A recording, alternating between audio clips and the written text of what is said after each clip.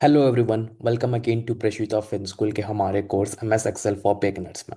ये पूरा कोर्स आपके लिए फ्रीली अवेलेबल रहेगा और आप अगर ये कोर्स कंप्लीट करके हमें इसके असाइनमेंट सबमिट करते हो तो आपको इसका एक सर्टिफिकेशन भी मिल जाएगा। राइट। तो ये पर्टिकुलर सेशन थर्ड सेशन है ये पूरे कोर्स का। इससे पहले हमारे दो सेशंस आप चेक कर लीजिए जहाँ पे कि हमने एमएस एक्सेल का इंटरफेस के बारे में डिस्कस किया है। और सेकंड सेशन में हमने ज़्यादातर डिस्कस किया है कि एक्सेल में डेटा कैसे एंट्री करें और वो डेटा को एक प्रोफेशनल वे में कैसे हम फॉर्मेट कर सकते हैं सो दैट कि वो एक स्टेक होल्डर को प्रेजेंट करने के लायक बन जाए। राइट। बट आपको क्या लगता है एक्सेल बस एक ऐसा टूल है जो जिसमें कि हम इंफॉर्मेशन स्टोर कर सकते हैं? नहीं, राइट। एक्सेल इससे भी बहुत ज़्यादा कुछ काम कर सकता है हमारे लिए। सो ये रियली बहुत बड़ा पावरफुल टूल है जहाँ पे कि हम कैलकुलेशंस कर सकते हैं, डेटा को इंटरप्रेट कर सकते हैं और बहुत कुछ एनालिसिस कर सकते हैं using various functions and formulas of Excel which is already inbuilt in this tool. Right. So आज के सेशन में हम वही एक्सप्लोर करेंगे कि कैसे एक्सेल को यूज़ करके हम बहुत सारे मैथमेटिकल कैलकुलेशंस को ऑटोमेटिकली एग्जीक्यूट करवा के हमारे जो बड़े बड़े डेटा रहते हैं उसको ईजिली हम कंप्यूट या फिर इंटरप्रेट या फिर एनालाइज कर सकते हैं। वेदर आपको बहुत सारे एक्सपेंसेस को ऐड करना है या फिर आपके अलग अलग कोई भी एक्सपेंसेस उनको एवरेजेस निकालना है, या तो फिर आपके कौन से महीने में आपके हाईएस्ट खर्चे हुए, हाईएस्ट एक्सपेंसेस हुए एंड कौन से महीने में आपका लोएस्ट एक्सपेंसेस हुआ है, वो सब निकालना है।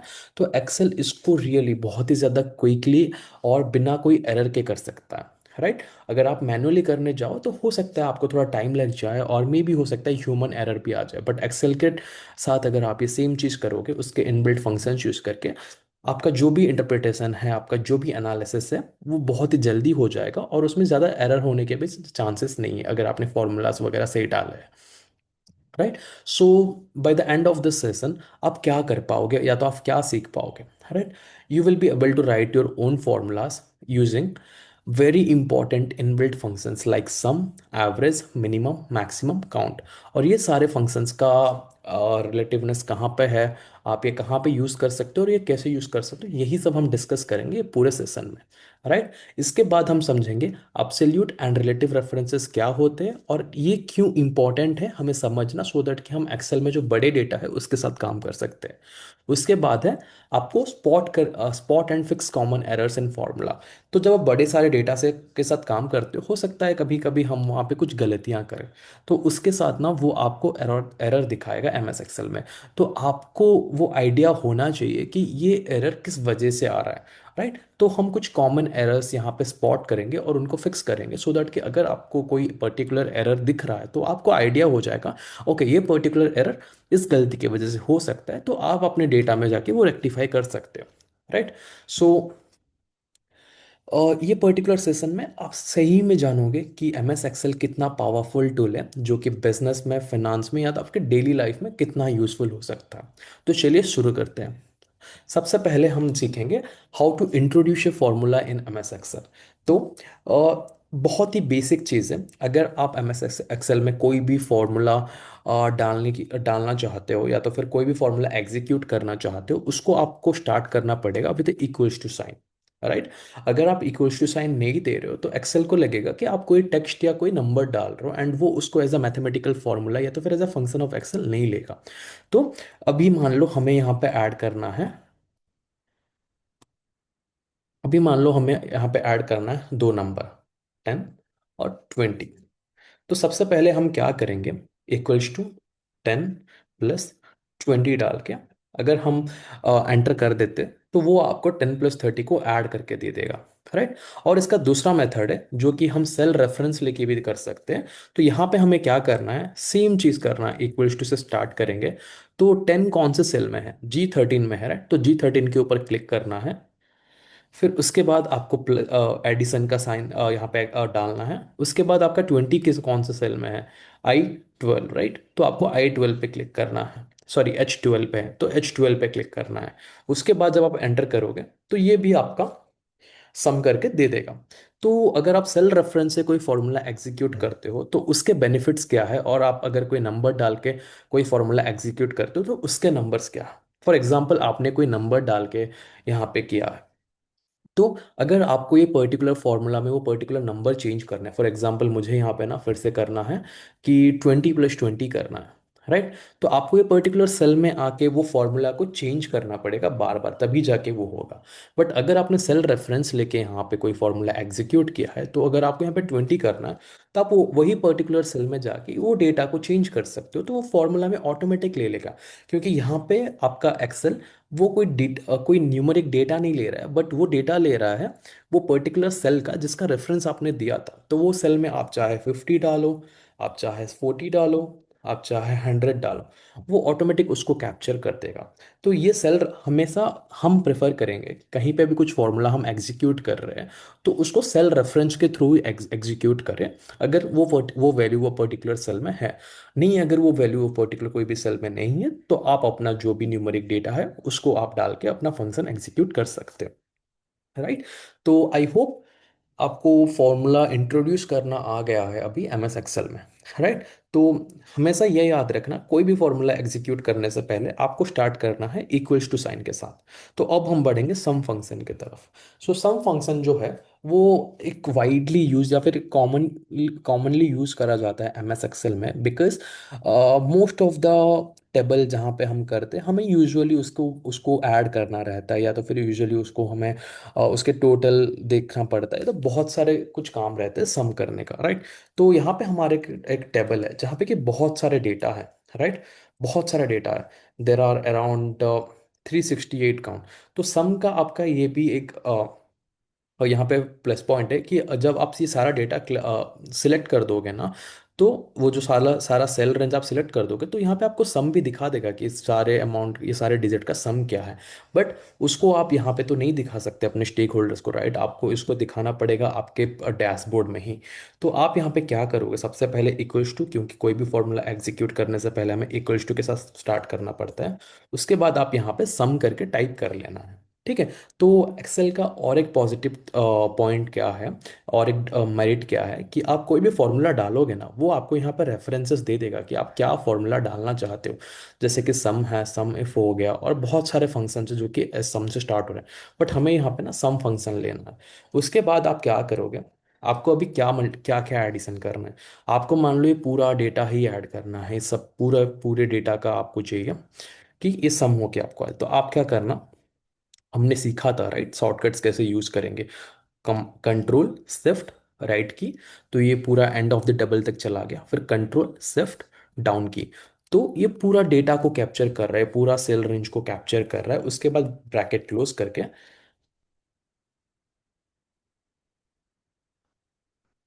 ओके यहाँ पे डबल ब्रैकेट हो गया है। तो ये पूरा आप अगर एक डबल ब्रैकेट हो गया, इसको बंद कर देंगे। राइट। तो एक सेकेंड। राइट। तो यहाँ पे आपका आ गया टोटल। मान लो आपको अभी बस फर्स्ट टू कॉलम्स का टोटल निकालना है। राइट। आपको सभी का टोटल नहीं चाहिए। तो आप यहाँ पे बहुत इजीली क्या कर सकते हो, आप यहाँ पे फिर से फॉर्मूला एग्जीक्यूट कर दो। सम, बस पहले दो कॉलम को सिलेक्ट करो, ब्रैकेट क्लोज। आपको बस पहले दो कॉलम का जो सम है वो आ गया।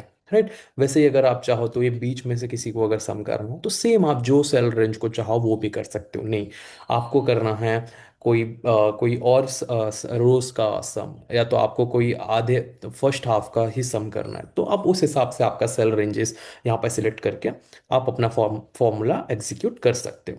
राइट। आई होप इससे आपको सम का जो फंक्शन है वो क्लियर हो गया है। राइट। जैसे कि आपने देखा यहाँ पे हमने सेल रेंजेस के साथ काम कर रहे हैं, ना कि हम डाल रहे हैं वो पर्टिकुलर वैल्यू, क्योंकि यहाँ पे हमारे पास दो ही वैल्यू थे। राइट। तो इसीलिए हमने क्या किया, यहाँ पे 10+20 या फिर 20+20 डाल दिया। बट यहाँ पे हम अगर टाइप करेंगे एक एक नंबर तो बहुत टाइम लेगा। तो हम क्या करेंगे ना, सेल रेफरेंसेस के साथ ही काम करेंगे जब भी हम कोई भी फॉर्मूला या फंक्शन में काम कर रहे हैं एम एस एक्सेल में। राइट। तो उसके बाद हम देखेंगे एवरेज, मिनिमम, मैक्सिमम, काउंट। तो सबसे पहले मैं आपको बता देता हूँ कि ये सारे जो है ये क्या क्या आपको आउटकम्स देंगे। सबसे पहले आ गया एवरेज। तो एवरेज क्या करेगा कि आपका जितना भी आपने वैल्यूज वहाँ पे चूज किया है उसका एवरेज अमाउंट क्या है, उसका एवरेज वैल्यू क्या है, ये निकाल के दे देगा। जैसे 2+2 का एवरेज क्या है, वैसे ही 50+30 का एवरेज क्या है, तो वो आपको एवरेज निकाल के दे देगा। फिर आ गया मिनिमम। मिनिमम आपको क्या करके देगा, ये जितने भी आपके पास ये डेटा है उससे सबसे मिनिमम वैल्यू क्या है। फॉर एग्जांपल यहाँ पे बहुत कम डेटा है तो हम देख के बता सकते हैं कि ओके 26 सबसे मिनिमम है और सबसे मैक्सिमम यहाँ पे 52,000 रुपीज़ है। 26,000 मिनिमम है, 52,000 मैक्सिमम है। बट जब आपके पास बहुत सारे डेटा रहेंगे, मान लो आपके पास ये पूरे सेल में डेटा भरे पड़े हैं, सब में डिजिट्स है, तो आप तब कैसे निकालोगे कौन सा मिनिमम डेटा है, कौन सा मिनिमम नंबर है, कौन सा मैक्सिमम नंबर है। तब आपको ये फंक्शन यूज करने पड़ेंगे। उसके बाद आ गया काउंट। तो काउंट में वो क्या बताएगा आपको, काउंट में वो बताएगा कि आपने कितने यहाँ पे नंबर्स डाले हुए हैं सारे सिलेक्टेड रेंज में, और ये आपका टेक्स्ट इग्नोर कर देगा। फॉर एग्जाम्पल हम एक बार एवरेज करके देखते हैं, राइट।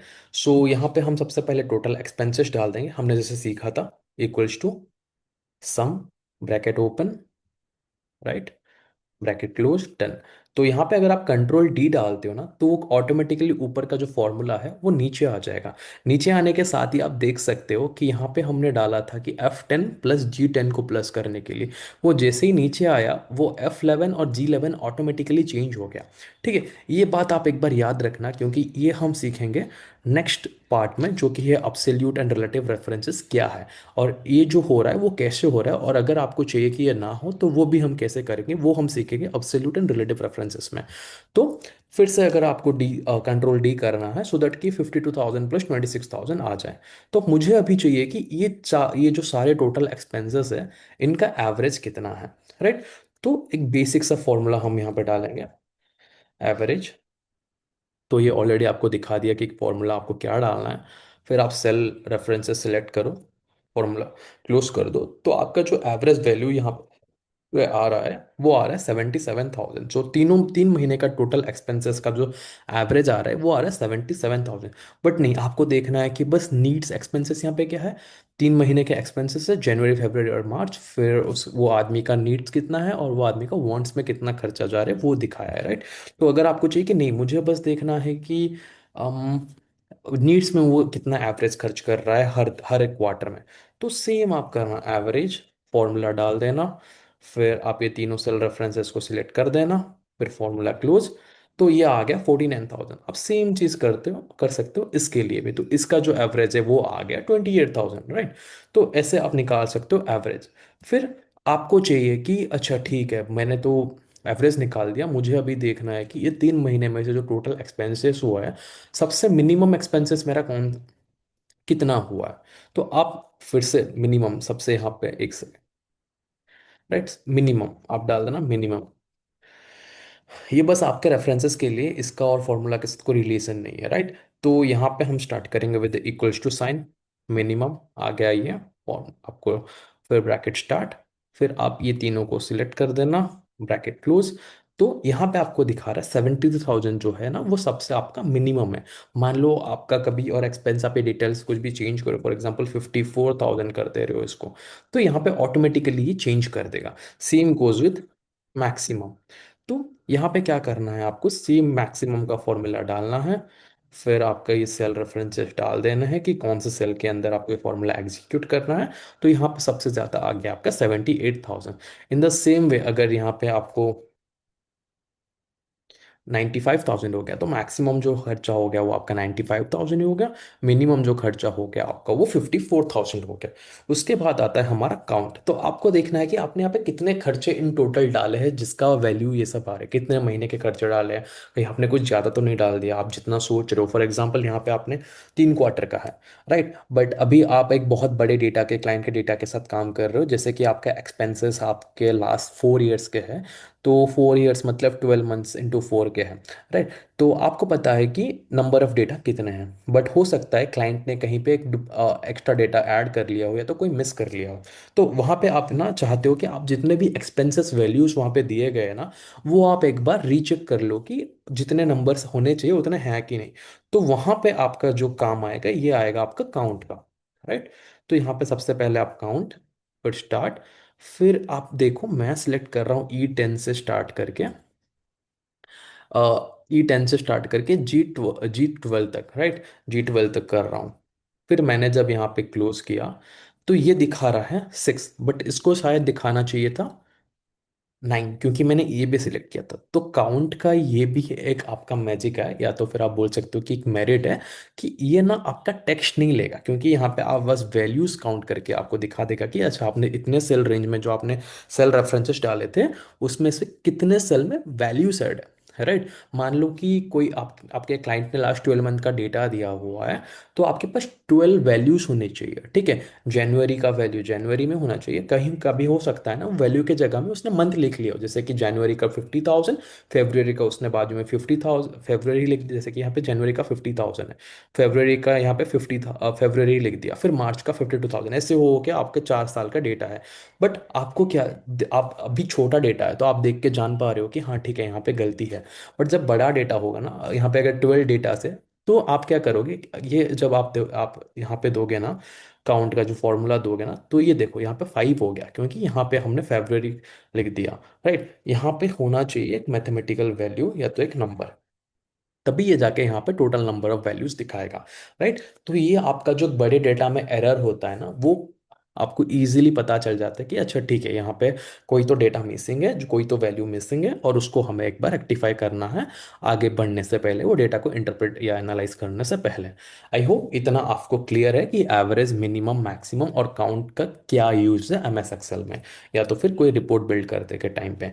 तो आई होप आपने ये याद रखा होगा कि हमने जब कंट्रोल डी किया था तो ये फॉर्मूला ऑटोमेटिकली चेंज हो गया था, ऑटोमेटिकली चेंज हो गया था F11 से, यहाँ पे हो गया था F12 और G12, यहाँ पे था F11 और G11, यहाँ पे हो गया था F12 और G12, राइट। तो ये याद रखना, क्योंकि हम नेक्स्ट वाले पार्ट में यही सीखेंगे। तो यहाँ पे हमारे पास आ गया अब्सोल्यूट एंड रिलेटिव रेफरेंसेस, ठीक है। सबसे पहले हम देखेंगे रिलेटिव रेफरेंसेस। तो रिलेटिव रेफरेंसेस में क्या होता है, formulas when copied down automatically changes to the below cell references, right. जैसे कि यहाँ पे अगर A1 + B1 आपने फॉर्मूला डाला है, अगर ये फॉर्मूला को आप कॉपी करके नीचे डालते हो तो वो ले लेगा A2 + B2, राइट। अगर आप ये सेम चीज करते हो विथ अब्सोल्यूट रेफरेंस, तो वो क्या करेगा, A1 + B1 को A1 + B1 ही रखेगा, या तो फिर आपने अब्सोल्यूट रेफरेंस बस A1 के लिए डाला है तो वो A1 को A1 ही रखेगा, और B1 को वो B2 कर देगा, राइट। इसको हम एक एग्जांपल के साथ समझते हैं। फॉर एग्जाम्पल ये कहाँ पे काम आता है, जहाँ पे मल्टीप्लाइंग प्राइसेस होता, जहाँ पे कि आप क्या करना चाहते हो कि एक पर्टिकुलर टैक्स रेट के साथ जो कि आपका सेल A1 में ही है, उसको बहुत सारे प्राइसेस के साथ मल्टीप्लाई करना चाहते हो। तो इसको हम समझेंगे एक बहुत ही सिंपल एग्जांपल के साथ। यहाँ पे हमारा मिस्टर ए के एक्सपेंसेस दिया हुआ है और मिस्टर बी के एक्सपेंसेस दिया हुआ है लास्ट 3 क्वार्टर्स के, जनवरी, फरवरी, मार्च के, राइट। तो सबसे पहले हम यूज करेंगे रिलेटिव रेफरेंस उसके टोटल एक्सपेंसेस निकालने के लिए। तो बहुत ही इजी है, राइट। सम का फॉर्मूला डाल दो, ये दो सेल रेफरेंसेस दे दो, फॉर्मूला क्लोज, फिर इसको नीचे कॉपी कर दो ये फॉर्मूला को, फिर इसको भी कंट्रोल डी डाल के नीचे कॉपी कर दो। तो हमारे तीनों मंथ के आ गए हमारा टोटल एक्सपेंसेस। तो यहाँ पे हेडिंग क्या दिया हुआ है कि mister A expenses plus mister B January expenses. तो यहाँ पे अगर हम सेम फॉर्मूला डाल रहे हैं अभी वापस से, राइट, यहाँ पे हम सेम फॉर्मूला डाल रहे हैं, mister A plus mister B. तो ये हमारा आ गया 80,000। फिर हम नीचे अगर इसको कॉपी करेंगे, तो हमें यहाँ पे क्या रिक्वायरमेंट है, मिस्टर ए का एक्सपेंस के साथ मिस्टर बी का जनवरी का एक्सपेंसेस चाहिए, राइट। तो यहाँ पे ये क्या कर रहा है, मिस्टर ए के फेब्रवरी के एक्सपेंसेस के साथ मिस्टर बी का फेब्रवरी एक्सपेंस ही यहाँ पे कैलकुलेट कर रहा है। बट हमें यहाँ पे एक फॉर्मूला में एक छोटा चेंज करना है, आप ऊपर आ जाना, छोटा सा एक चेंज करना है, एच से पहले एक डॉलर साइन यहाँ पे डाल देना, डॉलर आपके फोर के पास रहेगा, उसको आप कंट्रोल या शिफ्ट डाल के डॉलर का साइन डाल देना, एच के सामने एक डॉलर का साइन, 11 के सामने एक डॉलर का साइन। तो ये आपका अभी हो गया अब्सोल्यूट रेफरेंस। अभी अगर आप ये फॉर्मूला यहाँ पे डालोगे तो आपको यहाँ पे आ जाए, एक सेकेंड। तो अभी अगर यहाँ पे आप फॉर्मूला डालोगे, मैं वापस से फॉर्मूला डाल दे रहा हूँ यहाँ पे, equals to sum, all right, सबसे पहले ये कॉमा, ओके, ये, फिर H1 के बाजू में हमें डालना है एक डॉलर का साइन, इसके बाद में हम डालना है डॉलर का साइन, फिर फॉर्मूला क्लोज। तो ये आ गया हमारा 80,000। जब आप अभी अगर ये क्लोज करोगे तो आप देख सकते हो कि ये 45,000 प्लस 28,000 नहीं हुआ जो कि 70,000, बट ये हुआ 45,000 प्लस 30,000 जो कि हो गया हमारा 75,000। सेम अगर ये फॉर्मूला आप फिर से कॉपी करोगे तो यहाँ पे आ जा रहा है 52,000 प्लस 30,000। तो आप देख सकते हो ये फॉर्मूला में अभी 30,000 जो कि हमारा मिस्टर बी का जनवरी का एक्सपेंस है वो चेंज नहीं हो रहा है बार बार, वो सिमिलर सिमिलर रह रहा है। बस यहाँ पे 45,000 चेंज हुआ, यहाँ पे फिर 52,000। तो ये क्या कर रहा है ना, यहाँ पे तो ये सेल रेफरेंसेस चेंज कर रहा है नीचे नीचे, बट यहाँ पे जो है ना इसने इसको ये अब्सोल्यूट ले लिया कि इसको ये और चेंज नहीं करेगा। तो मान लो कि आपको यहाँ पे बहुत सारे डेटा है और यहाँ पे आपका एक ना कुछ एक टैक्स रेट है, जैसे कि 12 मंथ्स के पूरे एक्सपेंसेस है यहाँ पे, और यहाँ पे आपका 15% एक रेट है। ठीक है। तो आप जब आप फॉर्मूला यहाँ पे डालोगे तो आपको यहाँ पे अब्सोल्यूट फॉर्मूला ही डालना पड़ेगा, क्योंकि जब अगर आप अब्सोल्यूट फॉर्मूला नहीं डाल रहे हो तो वो क्या करेगा, 50,000 इंटू 15%, आंसर यहाँ पे दे देगा। 45,000 इंटू यहाँ पे तो कुछ आपका रहेगा ही नहीं, राइट। आप ये वाले सेल में आपका जीरो रहेगा, कोई वैल्यू नहीं रहेगा, तो वो यहाँ पे आपको सही आंसर नहीं देगा। बट अगर आपने यहाँ पे अब्सोल्यूट वाला फॉर्मूला यूज किया होगा तो ये फिर से क्या करेगा, 45,000 इंटू 15% लेगा, राइट। फिर इन द सेम वे यहाँ पे ये लेगा 52,000 इंटू 15%। तो ऐसे सब चीज़ें जहाँ पे कि आपको एक पर्टिकुलर सेल को परमानेंटली रखना है फॉर्मूला के अंदर, वहाँ पे आपको लेना है absolute reference, right. I hope आपको अभी क्लियर हो गया होगा कि रिलेटिव रेफरेंस और अब्सोल्यूट रेफरेंस क्या होता है और उसके लिए हम फॉर्मूलाज कैसे यूज कर सकते हैं। इसके बाद हम ये सेशन के आखिरी पार्ट की तरफ बढ़ेंगे, जहाँ पे कि हम कुछ कॉमन टाइप ऑफ एरर देखेंगे, राइट। सबसे पहला एरर जो आता है ना, हम कभी कभी करते टाइम कहीं पे भी क्या करते हैं ना, कोई भी एक कोई भी एक डिजिट को ना जीरो के साथ मल्टीप्लाई कर देते हैं, ठीक है, और मे बी एक ब्लैंक सेल के साथ मल्टी डिवाइड कर देते हैं। फॉर एग्जांपल यहाँ पे 1 है, यहाँ पे हमारा कुछ भी नहीं है, यहाँ पे 3 है, बट हमने गलती से यहाँ पे क्या किया, इक्वल्स टू, यहाँ पे हमने क्या किया ना, इक्वल्स टू ये डिवाइडेड बाय ये कर दिया। तो यहाँ पे हमारा एरर आ गया, हमें क्या करना था, ये यहाँ पे जो फॉर्मूला हमें डालना था ना, G11 divided by, okay, I11 डालना था, सो दैट कि हमारे डिवीजन का फॉर्मूला आ सके। तो ये आ गया 0.333। तो यहाँ पे क्योंकि हमारे कुछ ब्लैंक था, हमने डिवीजन का फॉर्मूला डाल दिया, इसीलिए इसने जो एरर दिखाया ना वो था ये वाला एरर। तो अगर कभी आप कोई डेटा के साथ काम कर रहे हो तो अगर आपको ये वाला एरर आया ना, आप तुरंत समझ जाना कि आपने कोई तो ब्लैंक सेल चूज कर लिया है, या तो फिर आपने जो सेल चूज किया उसमें जो वैल्यू है वो जीरो है, इसीलिए ये वाला एरर आ रहा है। उसके बाद आएगा नेम एरर। नेम एरर क्यों आता है, अगर आपको सेम चीज करना है इक्वल्स टू सम, तो यहाँ पे आपने क्या किया, एक एम के बदले दो एम डाल दिया, फिर आपने यहाँ पे फॉर्मूला डाल दिया, राइट। 1 फिर 3, यहाँ पे आ गया नेम एरर, क्योंकि आपने फॉर्मूला का स्पेलिंग ही गलत डाला। एक्सेल को कैसे पता चलेगा कि आप यहाँ पे सम करना चाह रहे हो, तो ये आपका गलत हो गया। फिर और एक चीज, फॉर एग्जाम्पल आपने क्या किया, आपको मल्टीप्लाई करना है अभी, राइट, ये वाला एरर के लिए। तो यहाँ पे क्या करना है, सबसे पहले आपने फॉर्मूला डाला, यहाँ पे आपको मल्टीप्लाई करना है 1, उसके साथ आपको मल्टीप्लाई करना है 3। तो 3 आप चूज करने के टाइम पे गलती से आपने सी वाले सेल पे चूज कर लिया, तो यहाँ पे आ गया। जब आप कोई भी डेटा टाइप में टेक्स्ट इंस्टेड ऑफ नंबर डाल देते हो तो ये वैल्यू वाला आएगा, राइट। तो आई होप आपको समझ आ गया होगा कि ये तीन तरीके जो कॉमन कॉमन एरर आते हैं वो क्यों आते हैं, सो दैट कि अगर इन केस फ्यूचर में आप काम करते टाइम ये तीन तरीके के एरर आए तो आप तुरंत समझ जाना कि पहले वाले में या तो आपने ब्लैंक सेल या जीरो चूज कर लिया है, सेकेंड वाले में आपने कोई कहीं पे तो फॉर्मूला का स्पेलिंग गलत डाला हुआ है, और थर्ड वाले में अपने नंबर के जगह पे कोई और टेक्स्ट या तो कुछ और डाल दिया, इसीलिए ये एरर आ रहा है। आई होप आपको क्लियर हो गया होगा basic functions in M S Excel और एक फॉर्मूला को इंट्रोड्यूस कैसे करा जाता है, और फॉर्मूला इंट्रोड्यूस या फंक्शन इंट्रोड्यूस करते टाइम जो बेसिक कॉमन एरर्स हम करते हैं उसको कैसे आइडेंटिफाई कर सकते हैं कि क्या रीज़न है ये पर्टिकुलर एरर के पीछे।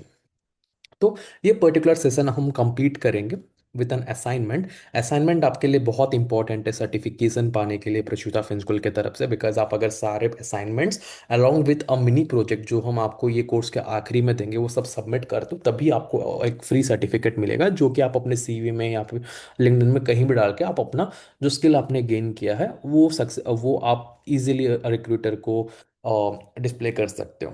राइट, तो सबसे पहले यहाँ पे आपका टास्क है कि आपको ना एक सिंपल एक्सपेंस शीट बनानी है, जिसके कॉलम्स में रहेगा डेट, एक्सपेंस टाइप और अमाउंट।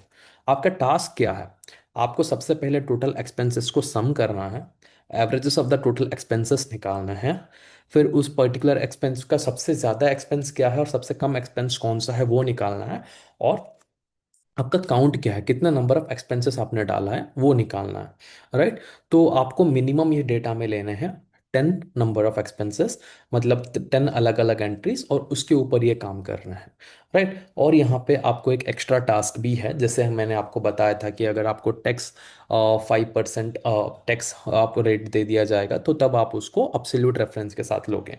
तो यहाँ पे आप वही एडिशनल टास्क है कि फिर आप क्या करना, आपने मान लो यहाँ पे डेट्स दे दिए, यहाँ पे एक्सपेंसेस दे दिए, फिर यहाँ पे अमाउंट दे दिए, फिर यहाँ पे सेम चीज़ करना है कि आपको एक टैक्स रेट भी लेना है। तो यहाँ पे फॉर एग्जांपल यहाँ पे 11 जून डाल दिया आपने। यहाँ पे एक्सपेंस टाइप हो गया फॉर एग्जांपल फुड। यहाँ पे अमाउंट हो गया आपका 100 रुपीज़, 1000 रुपीज़।